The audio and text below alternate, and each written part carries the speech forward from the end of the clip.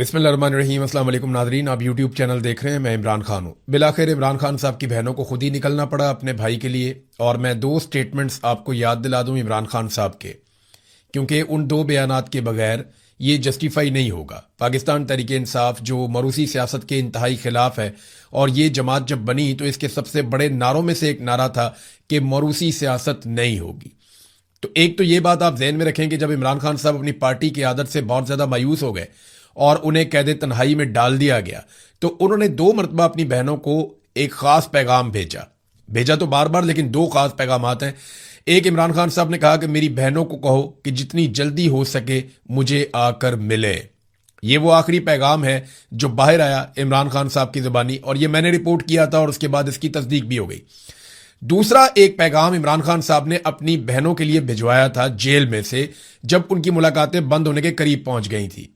तो इमरान खान साहब ने कहा था कि मेरी बहनों से कहो कि मेरे लिए आवाज उठाएं, क्योंकि उन्हें इस बात की समझ आ गई थी कि पॉलिटिकल लोगों को मिलिट्री एस्टेब्लिशमेंट ने बहुत हद तक दबा दिया है, और अब किसी भी लेवल तक अगर कोई जाएगा इमरान खान साहब के लिए तो वो या पाकिस्तान के अवाम है या इमरान खान साहब की बहनें। तो उन्होंने दो मरतबा अपनी बहनों को यह पैगाम भेजा, और उनकी बहनें बार बार अडयाला जेल के बाहर आती रहीं। उन्होंने सारी कोशिश की, बार बार पॉलिटिकल पार्टी को बुलाती रहीं।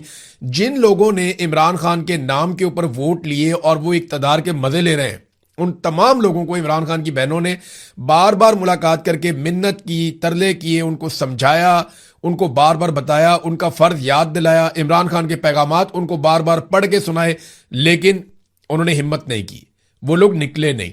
तो बिलाखिर इन खवातीन को अब खुद निकलना पड़ रहा है। अलीमा खानम साहबा पहुंची खैबर पख्तूनख्वा में, और यहां से उन्होंने आगाज किया है। अकराम के इलाके में हजारों लोगों ने उनका इस्तकबाल किया। तेमरगढ़ में गई, वहां पे भी बहुत जबरदस्त उनका जो इस्तकबाल है वो हुआ है। अब वो चित्राल की तरफ जा रही हैं, वहां पे वो एक तहरीक चलाएंगी। खैबर पख्तूनख्वा से वो तहरीक चलाती हुई बज़ाहिर ऐसे दिखाई देता है कि फिर वो पंजाब में जाएंगी, वहां पे तहरीक चलाएंगी। और कोशिश ये है अलीमा खानम की, ये तीनों बहनें मिलकर इस तरह का एक मोमेंटम बिल्ड करें कि दबाव डाला जा सके मौजूदा हुक्मरानों के ऊपर। अब सियासी लोग कर दे ही रहे। पहले आप सुन लें कि अलीमा खानम ने कहा क्या। एक तो जो ये मंसूबा बनाया जा रहा था, मैंने आपको पहले बताया था कि पार्टी के अंदर ये सोच पैदा हुई थी और इसके बारे में बार बार बात की गई थी कि बड़े पैमाने पर एहतजाज शुरू किया जाए और एक तहरीक शुरू की जाए, और उसके लिए डेट रखी जाए 5 अगस्त। लेकिन फिर मैंने आपको बताया कि मिलिट्री एस्टेब्लिशमेंट बीच में पड़ गई, और उन्होंने पाकिस्तान तहरीक इंसाफ को कहा कि आप इसकी कॉल देंगे आखिरी हफ्ते में, आखिरी 2 हफ्तों में आप कॉल देंगे, 1 या 2 हफ्ते में, यानी जुलाई के आखिरी 10 दिनों में आप कॉल दे सकते हैं। और फिर 5 अगस्त को जो आपका एहतजाज होगा वो सिर्फ 1 दिन का होगा, इससे ज्यादा आपने एहतजाज नहीं करना। तो अलीमा खानम ने उसको मुस्तरद कर दिया। उन्होंने कहा जी ये क्या बात हुई कि 1 दिन के लिए इमरान खान के लिए। उन्होंने कहा जी अब हम मुस्तकिल दबाव डालेंगे, और दबाव के नतीजे में इमरान खान साहब का ना सिर्फ आंख का इलाज करवाएंगे बल्कि उनके हकूक भी उन्हें लेकर देंगे। जो जाली केसेस हैं, इमरान खान साहब जेल में बंद है, उनको आजादी मिलनी चाहिए, सादी सादी बात है। पहले सुने अलीमा खानम ने क्या कहा और फिर रद्द-ए-अमल किस तरह का आ रहा है। उन्होंने कहा इमरान खान की आंख जानबूझकर जाया की गई है। क्या ये पाकिस्तान में इमरान खान की आंख का इलाज भी नहीं करवा सकते? ये इतने कमीने हैं। इमरान खान कहते थे दुश्मन हो और कमीना ना हो, लेकिन ये दुश्मन भी है और कमीना भी है। उन्होंने जानबूझकर कैद तन्हाई में रखा हुआ है। फैमिली की अव्वलीन तरजीह इमरान खान का इलाज है। इमरान खान ने कहा हुआ है कि जिद्दोजहद इबादत है, इस जुल्म के खिलाफ खड़े होना है। इमरान खान को 8 महीनों से कैद तन्हाई में रखा हुआ है। इमरान खान कैद तन्हाई में है क्योंकि ये इमरान खान से खौफ खाते हैं। इमरान खान से ये खौफ इसलिए खाते हैं क्योंकि इमरान खान अवाम की आवाज है। वक्त आ गया है कि अब जब हम निकलेंगे तो वापस घरों को नहीं आएंगे। अडयाला में जा जाकर पंजाब के लोगों का खौफ भी खत्म हो गया है। खैबर पख्तूनख्वा पहले जिम्मेदारी लेगा और फिर पंजाब भी उसके साथ निकलेगा। इमरान खान ने कभी नहीं कहा कि मेरे लिए भीख मांगो। इमरान खान ने हमेशा यही कहा कि मैं जेल में मर जाऊंगा लेकिन यजीद के सामने सर नहीं झुकाऊंगा। इमरान खान के लिए दबाव बढ़ाना होगा। तहरीक का मकसद दबाव बढ़ाना है। जब हम सुनते हैं कि बातचीत हो रही है, ये लोग भीख मांग रहे हैं, किस चीज की भीख मांग रहे हैं, किस चीज की बातचीत कर रहे हो? 80% पाकिस्तानी इमरान खान के साथ खड़े हैं। पहले अपनी ताकत तो दिखाओ, फिर बातचीत करना। बातचीत ताकत की पोजीशन से करो। ये बात बिल्कुल ठीक है। देखिए, जब आपके साथ इतनी बड़ी पॉलिटिकल पार्टी है, इतनी बड़ी तादाद में आपके साथ पब्लिक है, तो आपकी पोजीशन हमेशा बेहतर होती है। एक बात मरियम नवाज ने कही थी, नवाज शरीफ भी ये बात कहते थे कि पहले मुजामत होगी तो फिर मफामत होगी। जब आप ताकत की पोजीशन में बैठते हैं बात करने के लिए, जैसे ईरान बातचीत करने के लिए बैठा तो टेबल पे उसने बहुत कुछ हासिल किया। कमजोरों के साथ तो कोई बातचीत भी नहीं करता, हासिल क्या करना है। इमरान खान ने 1 साल कबल कहा था कि खैबर पख्तूनख्वा में अपनी तंजीम को मजबूत करो। सुहेल अफरीदी को स्ट्रीट मूवमेंट का कहा था। वक्त आ गया है, तहरीक को आगे बढ़ाओ, तंजीम मजबूत करो, सब कारकुनान अपने MNAs MPs पर दबाव बढ़ाएं। हुकूमत पाकिस्तान कोलैप्स कर चुकी है। ये वो बात है जो मैं कई दिनों से आपको बता रहा हूं कि ये मुकम्मल तौर पे कोलैप्स कर गए। आसिम मुनीर साहब के हाथ पांव फूले हुए हैं, उनका रजीम मुकम्मल तौर पे नाकाम हो चुका है। अब वो ये सोच रहे हैं कि मलबा डालना किस पर है। मलबा डालने के लिए उन्हें मिल कोई नहीं रहा। और पाकिस्तान तहरीक इंसाफ ने कोई बहुत बड़ा एहतजाज इस्लामाबाद की जानिब गुज़िश्ता 1.5-2 साल में किया भी नहीं है, तो ये मलबा भी किसी पे नहीं डाल सकते। तो इनके हाथ पांव फूले हुए, इनके हाथ में कोई चीज बाकी नहीं रह गई। अब वही बात अलीमा खानम कह रही है कि हुकूमत पाकिस्तान कोलैप्स कर चुकी है। आप पाकिस्तान में माशी, इंतजामी और अदालती हालात देख लें, अब आपको निकलना होगा। इससे पहले MNAs MPs को जाकर कहें आप आगे बढ़े, हम कारकुनान आपके साथ हैं, आपको इमरान खान के लिए निकलना होगा। अब कारकुनान इन MNAs MPs को चलाएंगे। MNAs MPs को खौफ है हम निकलेंगे तो कोई हमारे साथ नहीं निकलेगा। अब कारकुनान उनको निकलने की यकीन दहानी करवाएंगे। एजेंसियां बातें फैला रही हैं कि ग्रुपिंग है, हम इसकी तरदीद करते हैं। कोई ग्रुपिंग नहीं है, आप सब लोगों ने निकलना है, आप लोग तैयारी करें। तो ये अब इमरान खान की बहनें जो हैं वो अलग अलग निकलेंगी और वो अलग अलग जगह पे, तीनों बहनें हैं, वो 3 बहनें ज्यादा मुतहर्रिक हैं, वो निकलेंगे अलग अलग जगह पे, कारकुनों को मुतहर्रिक करेंगे पंजाब के अंदर, खैबर पख्तूनख्वा के अंदर, और वो एक फाइनल मूवमेंट की तरफ जाएंगे। स्ट्रीट मूवमेंट वो कहां गई? तो मैं आपको यह बता दूं कि इमरान खान ने जुनैद अकबर को कहा था कि आपने करनी है पार्टी की तंजीम साजी और छोड़ दें आप बाकी सारी चीजें, और चेयरमैन पब्लिक अकाउंट्स कमेटी है वो सब आप छोड़ दें, आप पार्टी की तंजीम साजी करें। अब वहां क्या सूरत हाल है वो तो वही बता सकते हैं। दूसरी जानिब जो स्ट्रीट मूवमेंट है वो मैं आपको बता देता हूं, क्योंकि ग्राउंड पे हमारे बहुत सारे जर्नलिस्ट हैं, वो कहते हैं जी बिल्कुल नहीं हुई, जीरो। जो स्ट्रीट मूवमेंट जिसकी जिम्मेदारी सुहेल अफरीदी को दी गई थी, उसमें सिर्फ उन्होंने एक अनाउंसमेंट किया था कि इमरान खान साहब की रिहाई के लिए नौजवान अपनी मेंबरशिप करवाएं, लेकिन एक मरतबा उन्होंने यह ऐलान किया और उसके बाद वो गायब हो गए। प्रैक्टिकली उन्होंने या उनके साथियों ने इसके लिए कोई कोशिश नहीं की, कोई कैंप्स नहीं लगाए गए, कोई ऐसी जिद्दोजहद नहीं की गई जिसकी बुनियाद पे लोग आते, नौजवान आते, वो आकर इस तहरीक का, इसकी मेंबरशिप लेते और इसके ऊपर कोई हलफनामे होते, कोई इकट्ठे होते। वो एक बहुत बड़ा प्रोजेक्ट हो सकता था जिसमें 10-20 लाख नौजवान इकट्ठे हो जाते, लेकिन उन्होंने इस पर तवज्जो नहीं दी। और उसकी जो सबसे बड़ी वजह है वो पाकिस्तान की मिलिट्री एस्टेब्लिशमेंट ने इसके रस्ते में रोड़े अटकाए थे। क्योंकि फौज, याद रखिएगा, स्टूडेंट से, जो फौजी की आदत है वो स्टूडेंट से और नौजवानों से वाकई बहुत डरती है। उन्हें लगता है कि जब नौजवान अपने हाथों में चीजें ले लेते हैं तो फिर आप ताकत के जरिए से चीजें कंट्रोल नहीं कर सकते। तो नाज़रीन, अब अलीमा खानम पे तनकीद, ये 2 जगह से तनकीद हो रही है। एक तो तनकीद इमरान खान साहब के जो मुखालिफिन हैं, चाहे वो सियासतदान हैं, चाहे वो मीडिया के अंदर लोग हैं, चाहे वो एस्टेब्लिशमेंट के टाउट्स हैं, वो लोग तो तनकीद करेंगे, समझ आती है। देखें, ये तो एक नुसरत भुट्टो ने भी जुल्फ़िकार दी भुट्टो के लिए आवाज उठाई थी। फिर एक दौर था जब नवाज शरीफ के लिए कलसूम नवाज ने भी आवाज उठाई थी।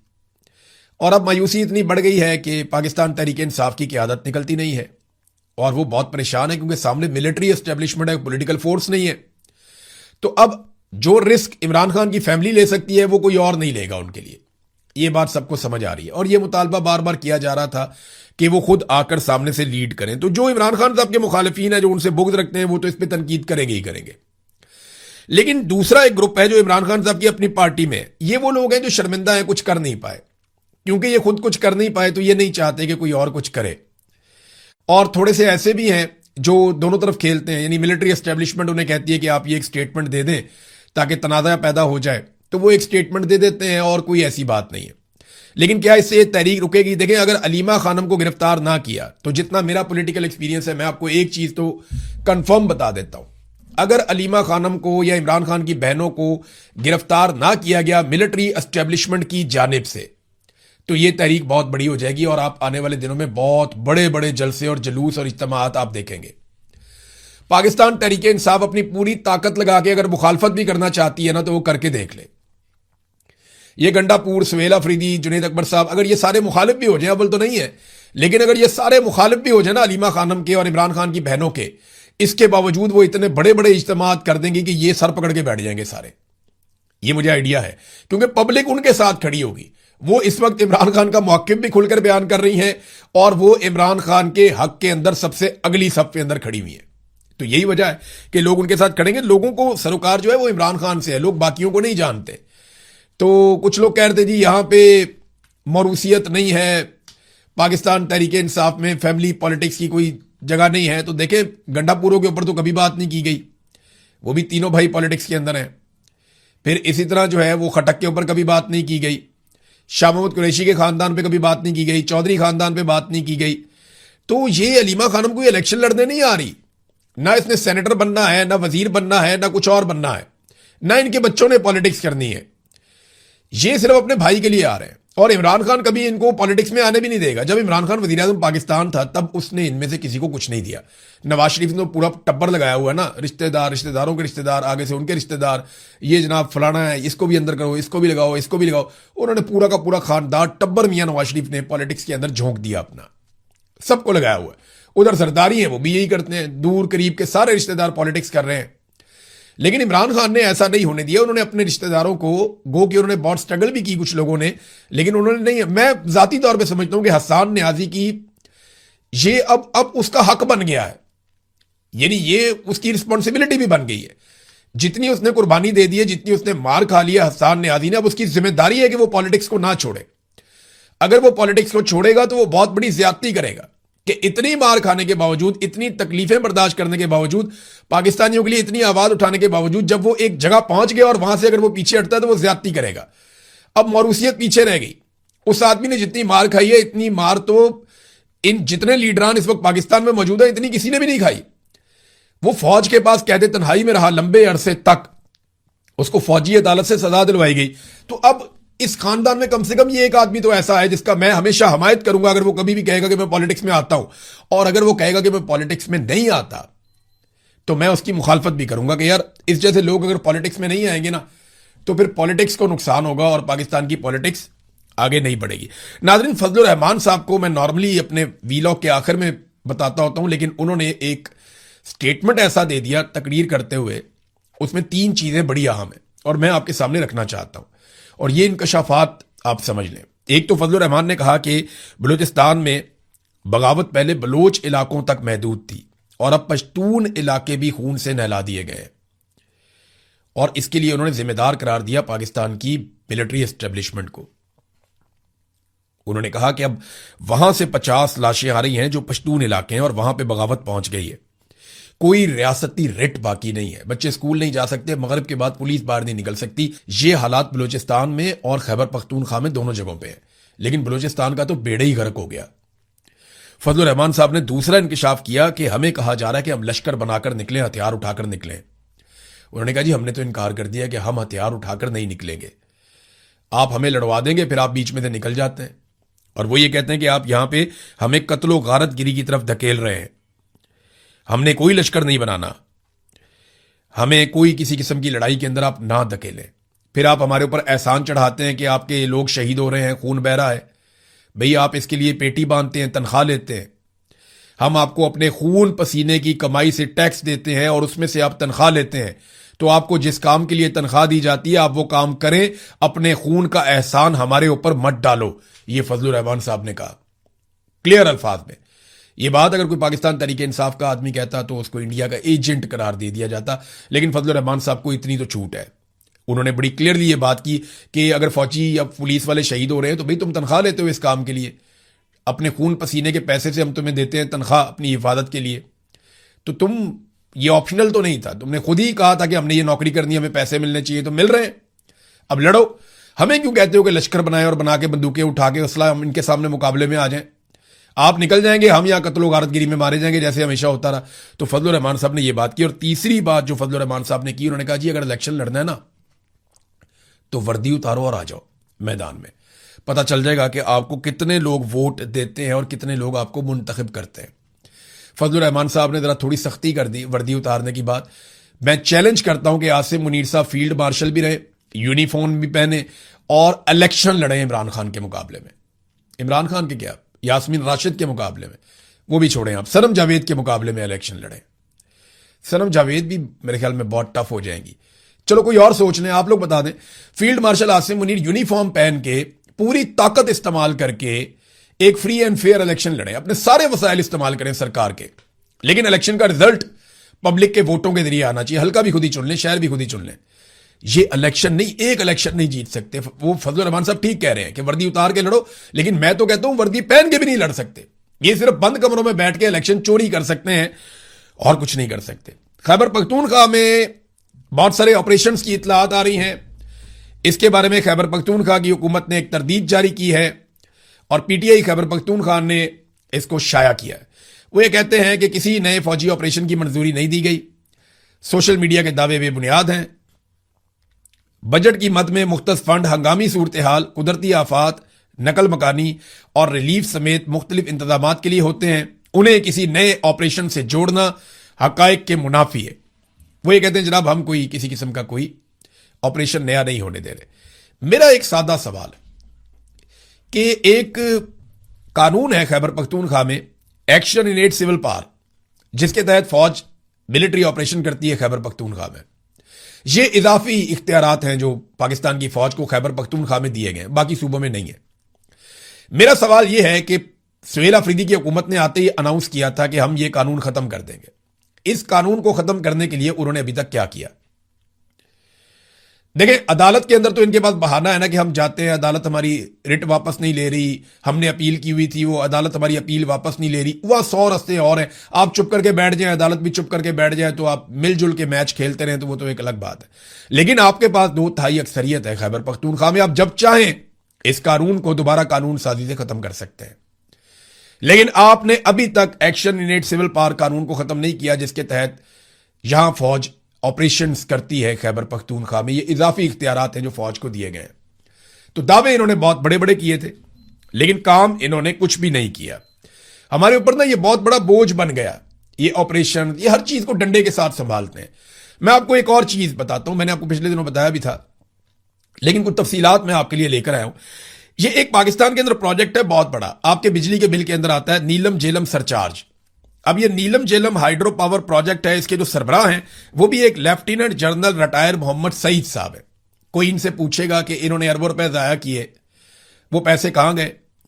ऑडिटर जनरल ऑफ पाकिस्तान के मुताबिक 30 अरब रुपए का इन्होंने खसारा कर दिया इसी एक प्रोजेक्ट के अंदर, और पावर हाउस बंद होने से प्रोजेक्ट को 100 अरब के लगभग का नुकसान हुआ है। यानी आप अंदाजा करें कि 100 अरब से जायद का इन्होंने नुकसान कर दिया पाकिस्तान का। लेकिन क्योंकि ये एक lieutenant general retire Mohammad Saeed sahab हैं, इसलिए इनसे पूछ कोई नहीं रहा। इसका एक हेडरेस और एक टेल रेस है, ये 2 टन, एक टनल है, टनल का एक हेड है, एक टेल है, ये दोनों जगह से गिरी है। आप अंदाजा करें कि कैसा शाहकार इन्होंने तामीर किया, क्योंकि पाकिस्तान की फौज ज्यादातर ये काम करती है और डिजाइन भी ये लोग खुद ही करवाते हैं। तो इस किस्म का डिजाइन किया गया, इस तरीके से बिजली बनाने की कोशिश की गई कि इसकी टेल भी गिर गई और इसका हेड भी गिर गया। जुलाई 2022 में इसका टेल रेस टनल जो है वो गिर गई और पैदावार अगस्त 2023 तक बंद रही, यानी 13 महीने तक पैदावार बंद रही। बहुत नुकसान हुआ। उसके बाद जनाब उसको सेट किया तो 1 मई 2024 को इसकी हेडरेस टनल है वो गिर गई और पावर हाउस बंद हो गया फिर दोबारा से। अब लगातार नुकसान हो रहा है। इसके अलावा इस प्रोजेक्ट को 2028 तक के लिए बंद कर दिया गया, और जब इसको बंद किया है तो तनख्वाहें तो लोग लेते रहेंगे, वो तो मौजें करते रहेंगे, लेकिन प्रोजेक्ट बंद होने की वजह से इसकी जो कॉस्ट है वो कई गुना बढ़ जाएगी और पाकिस्तानियों को मजीद पैसे पड़ जाएंगे। ये नाजरीन पाकिस्तान के हालात है। हमारे पानियों पे इंडिया डैम बनाता जा रहा है, बिजली बनाता जा रहा है, किसानों को उसने मुफ्त बिजली देना शुरू कर दी है। वो कई सूबों के अंदर वो छोटे इस्तेमाल करने वाले लोगों को, सारिफीन को मुफ्त बिजली दे रहा है इंडिया। वो तरक्की करता जा रहा है, आगे बढ़ता जा रहा है हमारे पानी के बलबूते के ऊपर। और हम क्या कर रहे हैं? हम अपने ही पानी से बनने वाले मंसूबे रोक रहे हैं, बंद कर रहे हैं। वो इसलिए कि हमने आईपीपी को इजाफी पेमेंट्स, जिसे आप कहते हैं कैपेसिटी पेमेंट्स, वो हमने आईपीपी को देनी है ताकि आईपीपी का पेट भरे और कमीशन बड़े बड़े ताकतवर लोगों के जो मिलिट्री एस्टेब्लिशमेंट में और जो पाकिस्तान के अंदर पॉलिटिकल एलीट है उनकी जेब में जा सके। वो पैसा बनाने पे धड़ाधड़ लगे हुए हैं। इंडिया अपनी आवाम का सोच रहा है और हमारे लोग किसका सोच रहे हैं? अपना और अपनी नस्लों को और अपनी जेबें भरने का सोच रहे हैं। एक स्टेटमेंट में आपको दिखाता हूं, ये ढीठ कितने हैं लोग, आप ये देखें। ये सईद मेहदी साहब है, नवाज शरीफ साहब के बड़े करीबी दोस्त हैं, बहुत बड़े ब्यूरोक्रेट हैं। इनका एक इंटरव्यू किया, और इंटरव्यू किया जनाब एजाज सैयद साहब ने। उन्होंने सवाल पूछ लिया कि जनाब आपका दामाद सिकंदर सुल्तान राजा इनका दामाद है, जो चीफ इलेक्शन कमिश्नर है, जिसने पूरे पाकिस्तान का इलेक्शन चोरी किया, और आपका बेटा फेडरल सेक्रेटरी है, आपकी बेटी जो है वो भी एक बड़ी जबरदस्त जगह के ऊपर ब्यूरोक्रेट है। बेटी को तो मौजें ही लगी हुई हैं, जो सिकंदर सुल्तान राजा की बीवी है। वो तफसीलात किसी दिन मैं आपके सामने रखूंगा, आप हैरान हो जाएंगे। तो उससे पूछा कि जनाब आपका बेटा, दामाद, बेटी सारे ब्यूरोक्रेसी में इतनी आला जगहों पे लगे हुए हैं, कोई नसीहत ही कर दें। अच्छा, ये सारे ही जो लगे हुए हैं ना, वो लगे ही हुए हैं, तबाहियां फेर दी हैं। जो सिकंदर सुल्तान राजा ने कर दिया, जो इनकी बेटी ने कर दिया, बर्बादियां फेर दी इन्होंने। अब वो मशवरा क्या दे रहा है? वो ये कह रहा है कि अपना काम सही तरीके से ईमानदारी से करें, सोच समझ कर करें, इतनी हिम्मत पैदा करें कि आप गलत काम से इनकार कर सकें। हो सकता है कि इसका आपको नुकसान हो, मगर जब तक ऐसा नहीं होगा हमारी ब्यूरोक्रेसी ठीक नहीं होगी। और फिटे मुंह भाई, यानी आप सिकंदर सुल्तान राजा के आप सुसर हैं, और आप कह रहे हैं अपना काम ईमानदारी से करें। कोई गलत काम करने का कहे तो इसको इनकार कर दें। यह आदमी खुद चलकर चला गया था, इलेक्शन कमीशन के दफ्तर से निकला था रात के वक्त बगैर सिक्योरिटी के, और जब ये वापस आया तो फॉर्म 47 साथ लेकर आया था। फिर जो पाकिस्तानियों के साथ हुआ वो पूरे पाकिस्तान ने देखा। तुम्हारे खानदान ने पूरे पाकिस्तान को निचोड़ के रख दिया। पूरे पाकिस्तान का आज तक का सबसे बड़ी डकैती तुम्हारे खानदान ने मारी, और तुम यहां बैठ के भाषण दे रहे हो कौम को। यही तरीकाकार है पाकिस्तान में। ये भाषण देते हैं बाहर निकल के, जनाब ये करो ये करो ये करो, दूसरों को नसीहत करते हैं और खुद अंदर से दाव लगाते हैं। इसी वजह से आगे नहीं, इनकी शक्लें पहचाने। पाकिस्तानियों को चाहिए इनको पहचाने और इनको इनकी औकात बताएं। अब तक के लिए इतने, अपना ख्याल रखिएगा, अपने इस चैनल का भी। अल्लाह हाफिज।